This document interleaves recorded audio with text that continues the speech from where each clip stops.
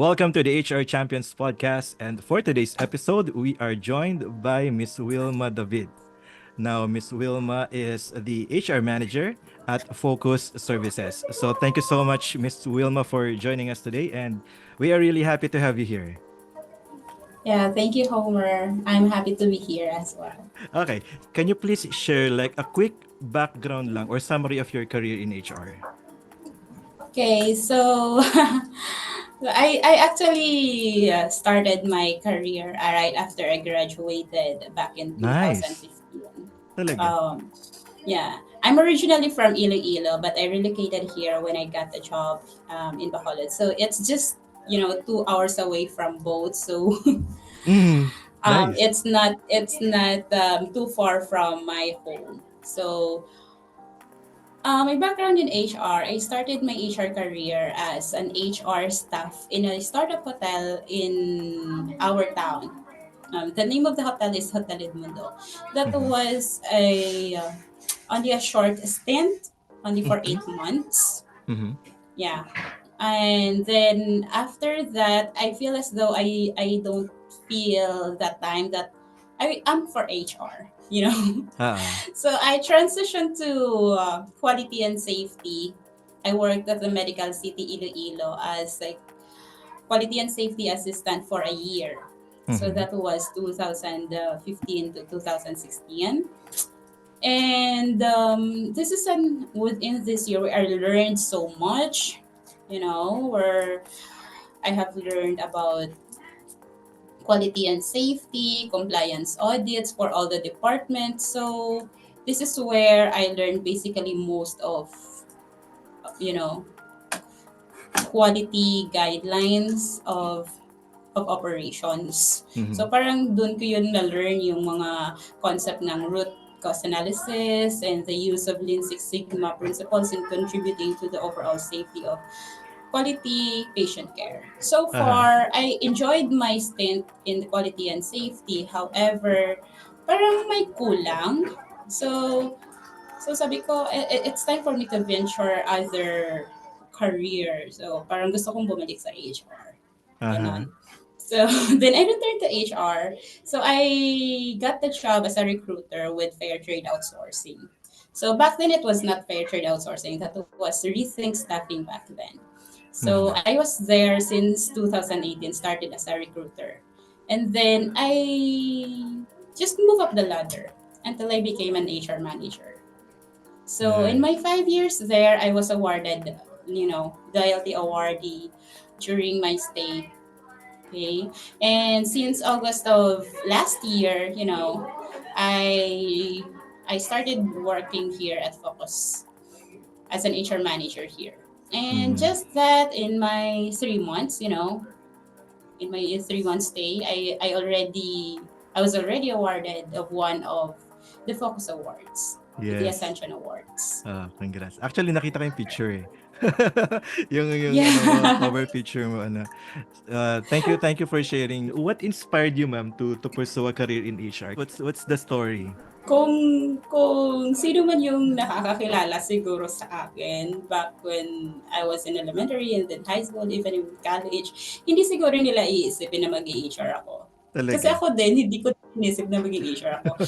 Um, during my college, hindi ko Mhm. din, and I know HR existed, but in line with my course, I never really imagined to be an HR. But here I am. Mhm. So, but siguro na din, fueled na din siguro ng hilig ko sa literature yung pagiging HR ko. Hmm. So, kasi I am a graduate of AB English. So, Mhm. language and literature talaga yung background ko. Okay. So, doon ko yun na-learn yung mga, yung how, na-amaze lang kasi ako dati, no, how language is being used as a medium to achieve Mhm. people's motives. Parang ganon, how they use the language as a tool to achieve Mhm. their goals. And of course, back up na din yung sa learning ko sa literature, how we analyze human behavior using, characters Uh-huh. from books we have read or we have studied or pieces of literature.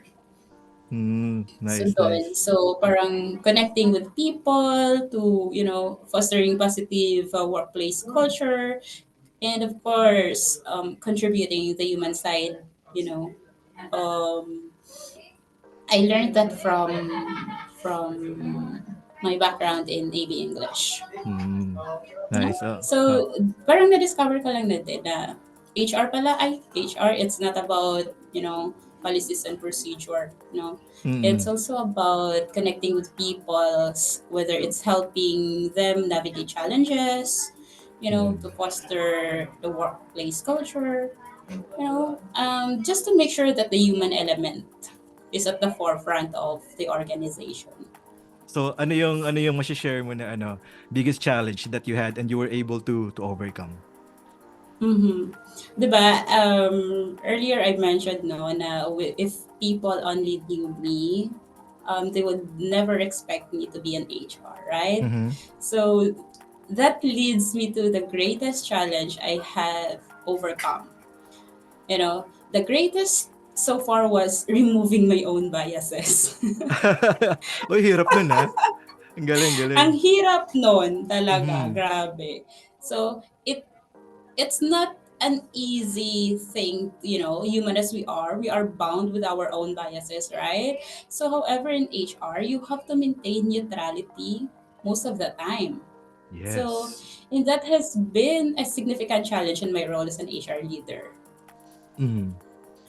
And acknowledging and overcoming personal biases requires always, constant self reflection and commitment to fairness. Yes, And definitely this agree. is not this is not a one time big time, process, but this is an ongoing process, and it aligns my with my dedication to creating an unbiased and inclusive workplace environment as an HR leader, because as an HR, you have to have an advocacy, and that is my advocacy. Mhm. Nice, nice. What's the best lesson you have learned, especially during the height of COVID as an HR Mm. leader? Okay, as an HR leader, post COVID, my HR journey became deeply more personal. Mhm. With a strong emphasis, of course, with life, health, and of course, relationships. You know, Mhm. realized during the pandemic, that the well-being of each of our team members and their family members, right, became top priority for all of us, Mhm. guiding us to, to recognize that, aside from work, meron din tayong kanya-kanyang buhay. Yes. Your personal life. So, yes. And lessons learned during those times or even post COVID, were more than professional strategies, of course. And, during and post COVID, we realize that meaningful workplace relationships doesn't just happen in the office. Mhm. Like we could also deliver our job even if we are at our own homes. Or we could also answer queries even if we are cooking food for our families, right? We realized it during COVID. Multitasker. Yes. Mm. Like, we could also deliver HR matters at the comfort of our homes. We could do counseling virtually, or we could do admin hearings or serve the sessions, even if, Mhm. you know, people are at homes. Post COVID, actually, these personal insights continue to shape my commitment talaga sa HR. Mm. The value and the essence of life, and we have to prioritize as well our health and Mhm. nurture, authentic connections, because at the end of the day, work is just work. It's the relationship that matters to each and every one of us. Mhm. Yes, yes. I like that, authentic connections. Nice, nice. Oo. And I can't agree more on what you said na COVID taught us how to value health overall, 'di ba? Hindi lang physical Mhm. health, but as well yung psychological and mental health part, 'di ba? How Mhm. do you think AI and technology, as it progress, how will it help HR, or how we can capitalize those tools to improve yung mga human resources processes? Yeah. It's no doubt talaga. HR is, you know, AI, sorry. AI talaga is rampant nowadays. Mm. You know, and AI is transforming almost everything, even in HR. The Mm. in HR landscape, HR has been transforming our professions. And of course, we need to embrace this because these are the realities of life. And we couldn't anymore, hindi na tayo makaka-move backward. We just have to move forward. And we have to Agree. face the truth that AI is there to stay. No? Mm. And Yes. if in HR, if we don't have to up level, then AI will replace us in HR, Eventually, yeah. Kapag hindi right? tayo nag-adapt, 'di ba? Yes, we have to adapt ourselves into these technological advancements. And we have to figure out as well how HR functions could better, how these AI could help us smoothen our processes or Mhm. fast move.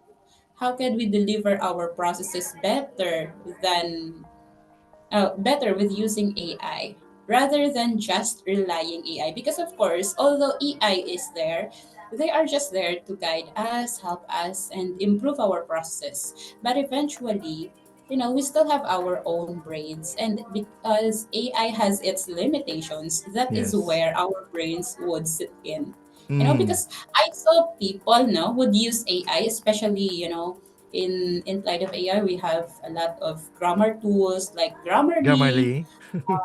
Killbot, what else? Chat GPT.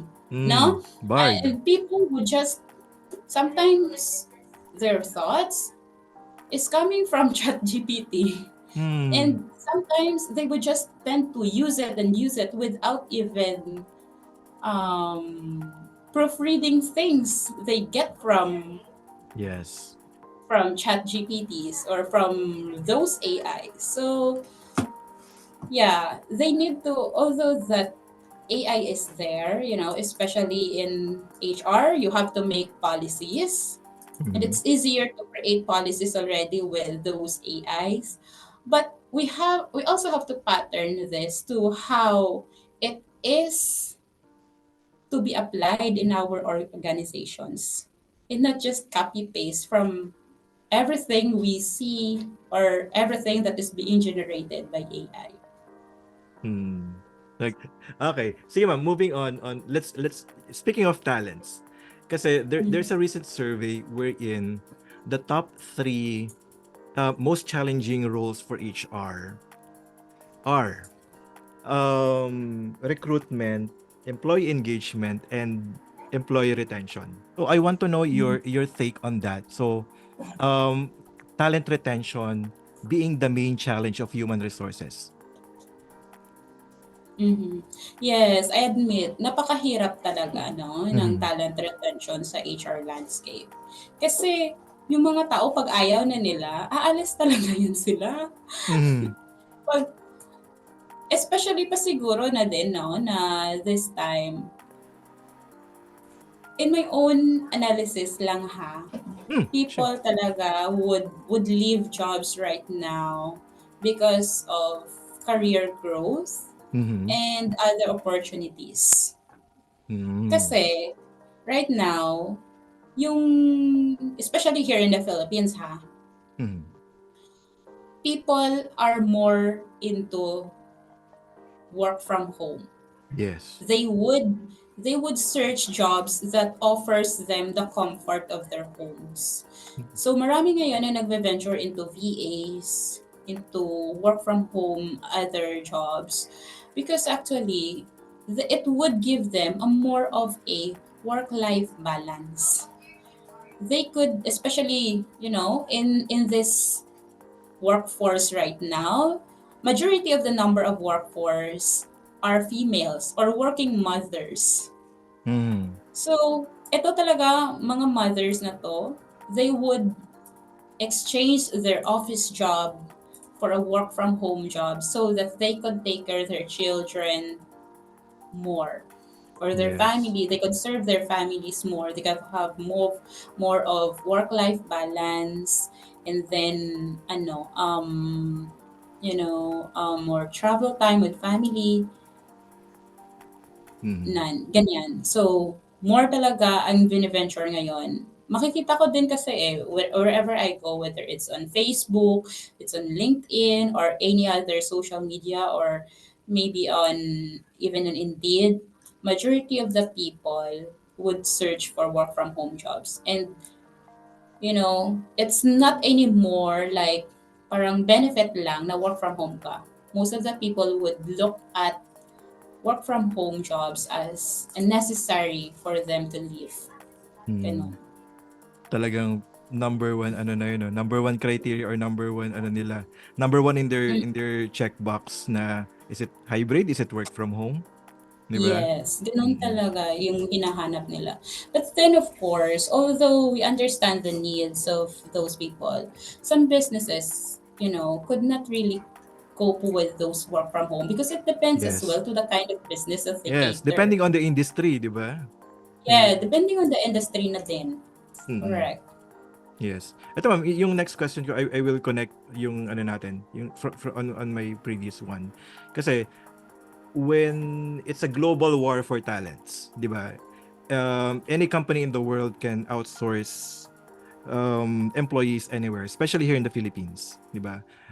In the advent of work from home, work from anywhere, 'di ba? So Mm, it's not just local companies who are competing on local talents.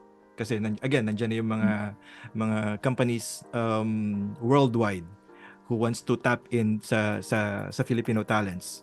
And mhm. they offer more to be 'di ba, truth to be told, they offer dollars, they offer better Yeah. benefits, again with the convenience of working from home. So Mhm. how is your company adapting to that challenge? Well, adaptability is the key talaga. Mm. We stay informed to the industry trends na din. So, Mhm. emerging skills and global practices, so that we could make sure that our, talents are retained. Mhm. Although we couldn't, in this kind of industry that we couldn't guarantee that we could offer work from home, although we offer some, but not a majority of it, right? Mhm. So we also have to devise some of the strategies, okay? And our commitment is not only to attract the top talent, okay, but also to create an environment where employees can thrive and contribute meaningfully to our organization success, okay? Yes. So we have this what we call people first philosophy. So we make sure that people are at the core of our business, because the end of the day in this kind of industry, it's people that we recruit that works for our clients. So Mhm. we have to make them feel appreciated for each of their works, so that we could continue our business. Mhm. Yes. Yung next question ko sa'yo, top three skills you think will be essential or very important for an HR practitioner to have Mhm. in order to not just survive, 'di ba, but also to thrive in the HR space. So what are your top three skills? Yeah. My top three skills is one, strong people skills. Mhm. Number two, proficiency in Excel. Ah, okay. Number three, Ah, adaptability and proactive mindset. okay. Sige. So, strong people skills, eventually you will be in HR, you will be talking to a lot of people. So, most of the time you will spend your time talking, counseling, doing admin works, Mhm. admin hearings, you know. So, you need to have strong people skills so that you would know how to analyze each individual you are talking to, because every individual is different and you have to tailor fit the kind of communication that you are delivering to them so that you could Yes. get what you need to get from them. Mhm. So you have to identify what is their hidden desire, what drives them, what motivates them, so that you know you could get most out of the conversation. Okay. So the second is proficiency in Excel. There are a lot of tools that you need to do, but Excel is the basic. And me personally, when I recruit for HR, I make sure that I look into that skill because in HR there are a lot of data analytics that you need to do. And Yes. for me, learning at least the VLOOKUP Mhm. is like the basic of my standard because Imperative it 'yan speeds dapat. up. Yes. I'm sorry, but yes, this is the basic already because there are a lot of tutorials you could get. Everybody is on TikTok, right? Everybody is in Facebook. Everybody is in YouTube, and you Mhm. could learn these VLOOKUPs in there. There are a lot of other functions in Excel that you could use, but at least this one because it speeds up how you do your work. A simple Yes. report for benefits, that would take you for an hour could with VLOOKUP it could take you only minutes. Mhm.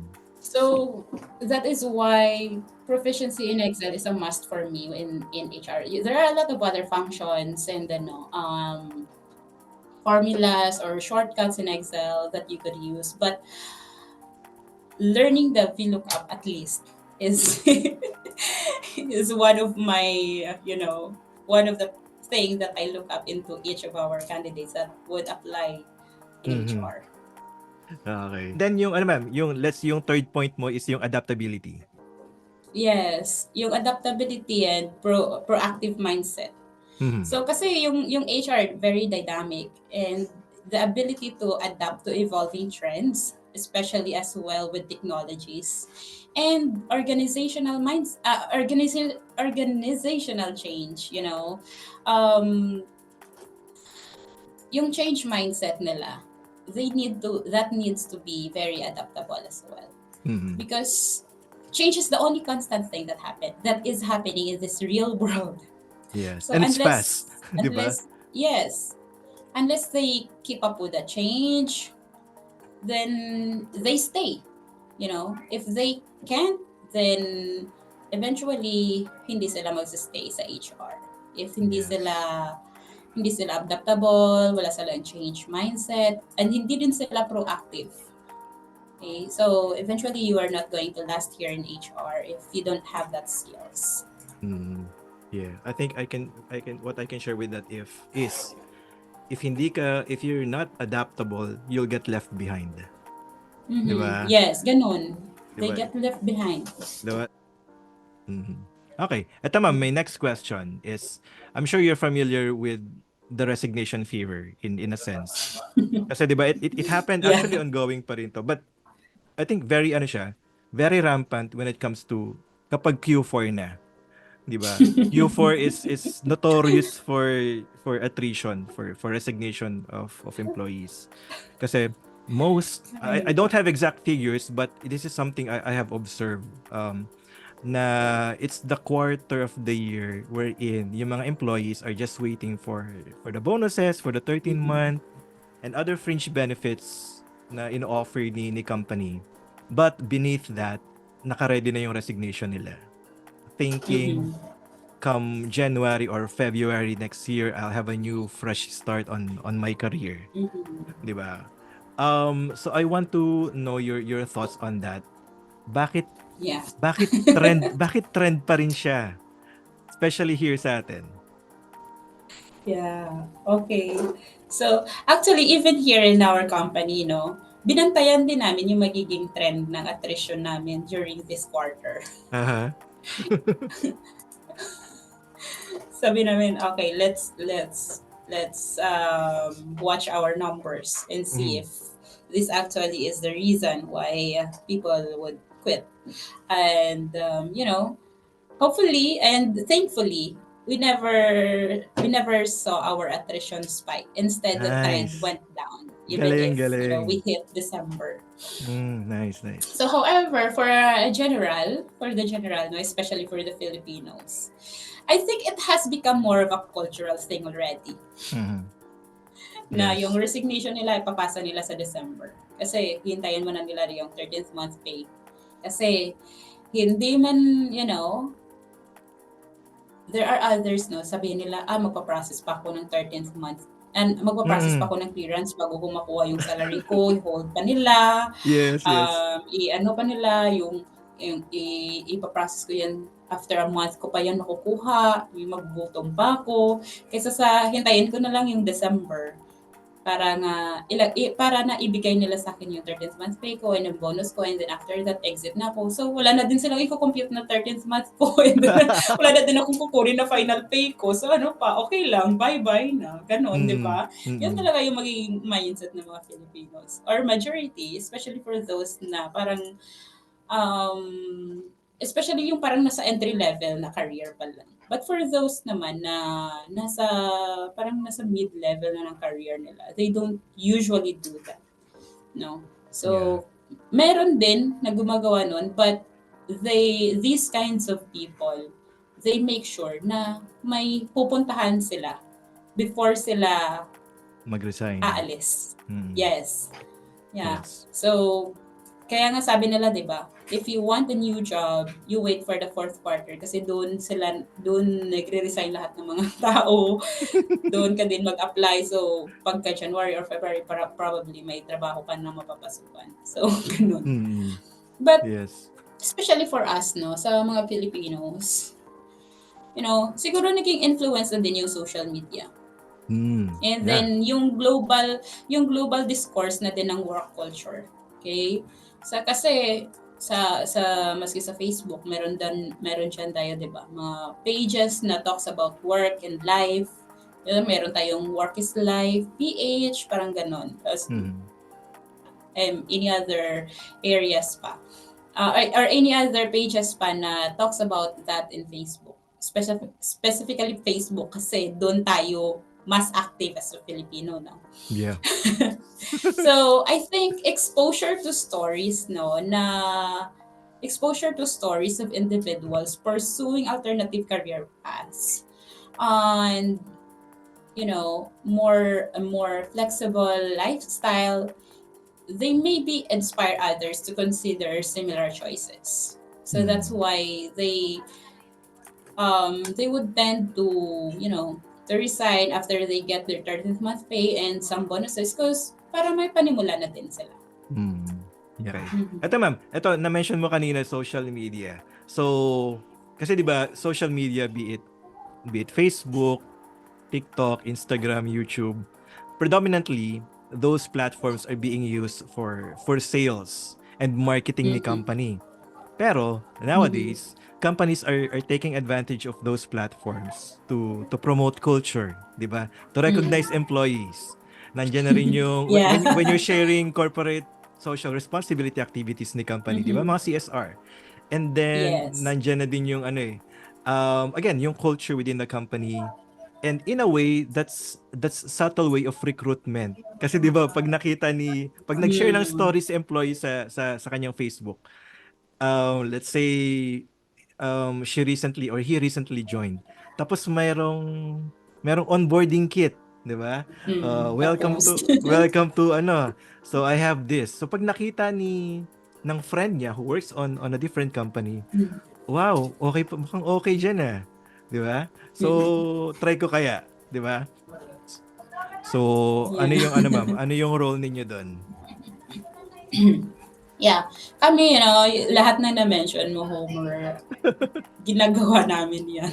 Talaga? Yeah, employee engagement namin andun sa Facebook, lahat. Mm-hmm. If you see in our Facebook, everything is there. So yeah, um, it's aside from the fact that it's a subtle way of recruiting, it's also a marketing. Mm-hmm. It's also a marketing strategy for us. And then of course, by using as HR, as HR using that platform, it advocates the kind of culture that we have here. And aside from that, it ensures na kami din sa HR, what we are doing here or what is happening here inside our organization actually aligns with our company values, in that we also promote positive image Mm. and of course facilitates effective communications, both internally and externally. Yes, yes. So yun yung role namin as HR. Because as HR, kami din yung unang makakabasa ng mga comments nila, di ba? So Yes, malalaman mo yes, din yes. yung may mahinaing sa organization. Mm. Tama, So tama. pagkita mo pa lang ay parang may pinagdadaanan 'to, patawag ko nga 'to sa counseling. Counseling ko nga 'to. Oo, tama, tama, 'di ba? Do you find it effective at Focus? Yes, very, very effective talaga. Galing, galing na. Makikita mo 'yan sa mga reactions nila, sa Mm. mga sa mga reaction, sa mga comments, you would know. Moving on, eto. Let's discuss about ano naman, about benefits na niro-roll out sa company. So, what do you think will be an ideal benefit program to address yung attrition and engagement within the company? According to how we design benefits, it would depend na din man sa kind of industry that we work, and at the same time to the location wherein your industry is existing, you know. Mm. So, it depends sa kanya-kanyang company, no, kung paano nila i-design yan. But specifically, for example, here, Bacolod is, what they call this one? Sugar land, Mm. no? Okay. 'Diba? Bacolod is a sugar land. So, wala ditong masyadong rice or mga palay. Mm. Kasi lahat dito almost mga kampo or Sugarcane. tubuhan. Oo. Tubuhan. Mm. So ganun. So kami, we also design our benefits na maka-address ng ganun na mga challenges ng mga tao. Because eventually, hindi natin ma-achieve yung 20 peso na rice. Mm. this very this is with the kind of inflation that we have, hindi natin yan ma-achieve. So we designed our benefits according to that. Wilma, I'm down to my last question. So, for Mhm. people out there who are planning and eager to dive in the world of HR, what will be your best advice for them? Mhm. Yeah. Um, my best advice would be identify in your heart if it's your calling, you know? Because Mm-hmm. being an HR is not just a work, it's a calling. I call it as a calling. And once you are there, you make sure that your passion is really in HR. Okay? Because it's very, very difficult if it's not. If you're not a people person, you wouldn't be a successful in HR.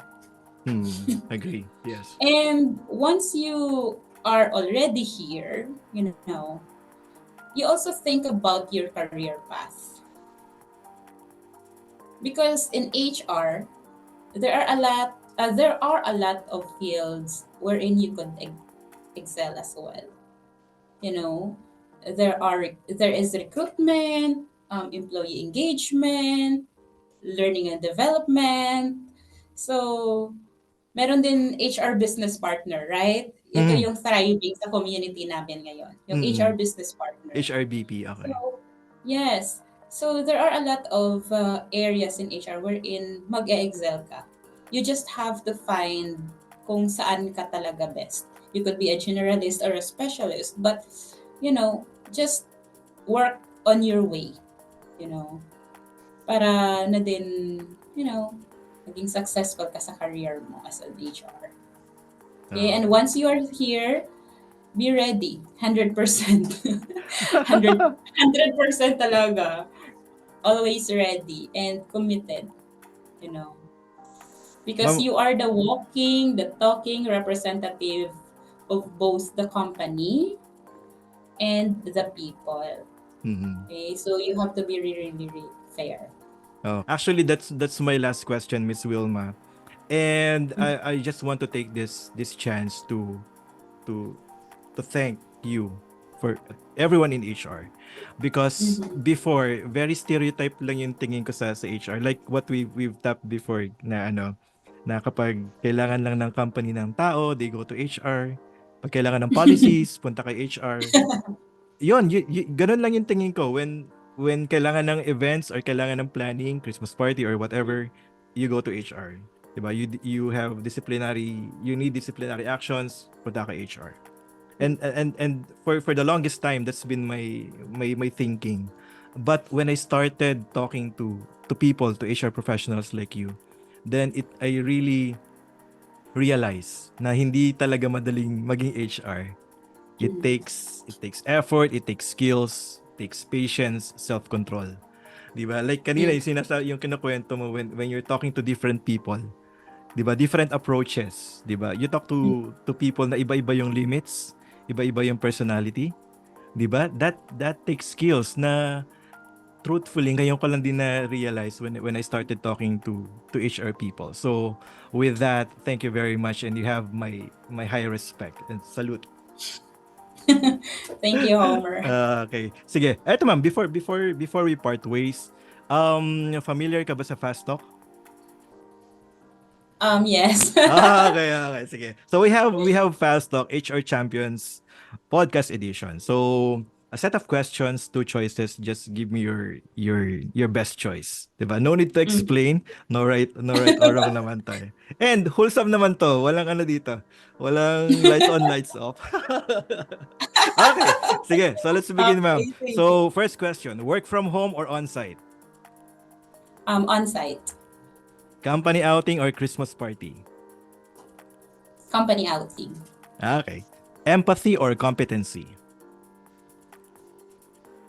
Ang hirap naman yan, both. Both. Okay, sure. Recruitment or training? Recruitment. Nice. Uniform or dress down? Dress down. Okay. Microwave or ref? Ref. Next, Windows or Mac? Windows. Same. Presenter or part of the audience? Presenter. Galing. Calendar or email? Calendar.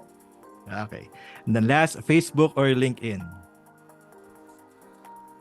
LinkedIn. Okay, that's it. Again, thank you so much, Miss Wilma, for taking part of this podcast. I really learned a lot, and hopefully, yung mga listeners natin will also learn a lot from what you've shared. So, if there's anyone who wants to connect with you or who wants to network, what's the best way? Yeah, you can find me on LinkedIn. Just search for Wilma David. Okay, sige. Okay lang ba i-display ko yung profile mo, ma'am, dito somewhere in the Yeah, screen, sure. so they can see it and they can search kapag gusto nilang mag-network kay Miss Wilma David. Okay, so Yeah. this has been your HR Champions podcast. See you on our next episode.